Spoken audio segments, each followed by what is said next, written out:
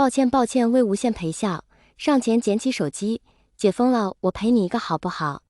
蓝忘机没理他，将菜放在餐桌上，低声说：“吃饭。”魏无羡正好肚子饿了，兴冲冲来到餐桌前，脸马上就垮下来了。一碗清炖鸡肉，一盘炒青菜就没了。拿起筷子一尝，寡淡的要命，估计除了一点毛毛盐，其他啥也没放。吃进嘴里尽是青菜的苦涩味道。无辣不欢的魏无羡顿时胃口就没了，但拿人手短，吃人嘴软，寄人篱下还吃现成的，怎么也不敢说这菜不好吃。蓝湛，家里有辣椒酱吗？魏无羡小心翼翼地问。没有。那家里有辣椒吗？也没有。一阵尴尬的沉默。你一点辣椒都不吃？不吃。不可能。怎么会有人一点辣椒都不吃？魏无羡最终沉不住气，直接冲进厨房，翻箱倒柜开始找辣椒。冷藏室里全是新鲜时蔬，冷冻层里都是鸡肉牛肉，一点辣椒的影子都没有。再去翻找放调料的架子，肉酱、果酱、番茄酱、蛋黄酱，就是没有辣椒酱。魏无羡绝望地跌坐在厨房的地上。救命啊！下午，志愿者穿着防护服来送蔬菜包，蓝忘机刚开门接过袋子，魏无羡就毫无形象地蹲在一旁，把袋子打开，在一堆西红柿胡萝卜中间翻找一通。没有辣椒吗？魏无羡一手胡萝卜一手土豆，倍感凄凉。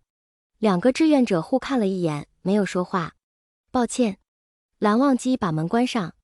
可以找邻居要辣椒吗？魏无羡可怜兮兮一屁股坐在地上，中午他勉强吃了一些，没有辣椒真是浑身难受，我拿你西红柿去换。现在还不能出门，第一轮核酸结果还没出来，不能确定本栋楼有没有确诊病例。救命，这样我怎么活得过14天？魏无羡拿出手机拍照，准备放在专栏里面。正拍得起劲，他忽然脑子里灵光一现，将一地的蔬菜全都塞进袋子里，再打开手机摄像。隔离第一天，志愿者就送来蔬菜包，让我们看看是什么呢？魏无羡装模作样的从袋子里拿出蔬菜，是土豆，看起来很新鲜，还有胡萝卜，补充维生素，西红柿和鸡蛋，一个菜又有了喝。一包白菜，哈哈哈，现在的我真是很需要白菜。还有一块肥瘦相间的猪肉，都挺好的。可是为什么没有辣椒呢？拜托，下次一定要送辣椒好不好？辣椒救命啊！魏无羡拍完想也不想就把视频发到自己的社交平台上，抬头看到一脸震惊的蓝忘机，气鼓鼓地说：“发泄一下都不可以吗？”魏无羡回到房间，把手上的稿子写完，就开始写专栏。当然目前也只能从被隔离者的角度来写，因为外面是什么情况他也不知道。但这种实实在在的感觉写出来更能引起读者共鸣。把稿子发给总编后，魏无羡决定出来找蓝忘机，看看有没有机会套出手机密码。可刚来到客厅，魏无羡就惊呆了。蓝忘机正在阳台健身，虽然他穿了体恤和短裤，但完美的肌肉线条怎么也藏不住。在夕阳下，连滴落的汗水都仿佛在发光，让一向冷淡疏离蓝忘机看起来竟然有一丝性感的感觉。魏无羡大饱眼福，站在原地不知不觉就看呆了。蓝湛真是人间理想啊！察觉到被人围观，蓝忘机回头淡淡的说：“魏婴，一起吗？”魏无羡左顾右盼，一起？开什么玩笑，适当运动，增强抵抗力。蓝忘机解释道：“我就算了，哈哈，我抵抗力强得很。”魏无羡平时不是跑新闻就是码稿子，难得有时间去健身。即使有时间，他也只想再加个优瘫。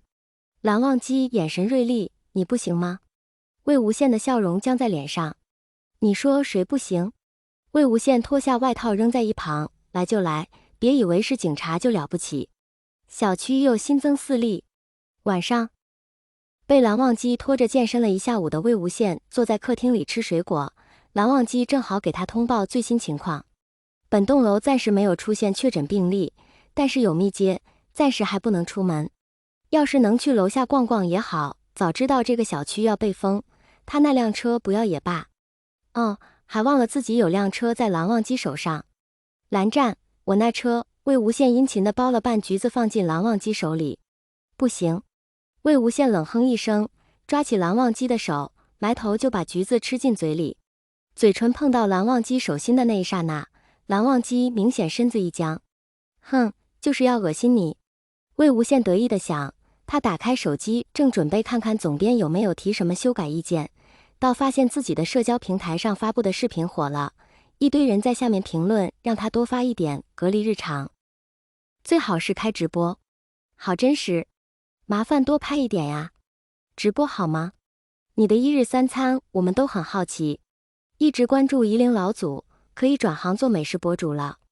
老粉都知道老祖是记者啦，记者的视角来记录隔离生活，期待期待，加油啊老祖！哈哈哈，笑死没有辣椒，是本地人，老祖居然住的是高端小区，啧啧，我有辣椒种子要不要啊？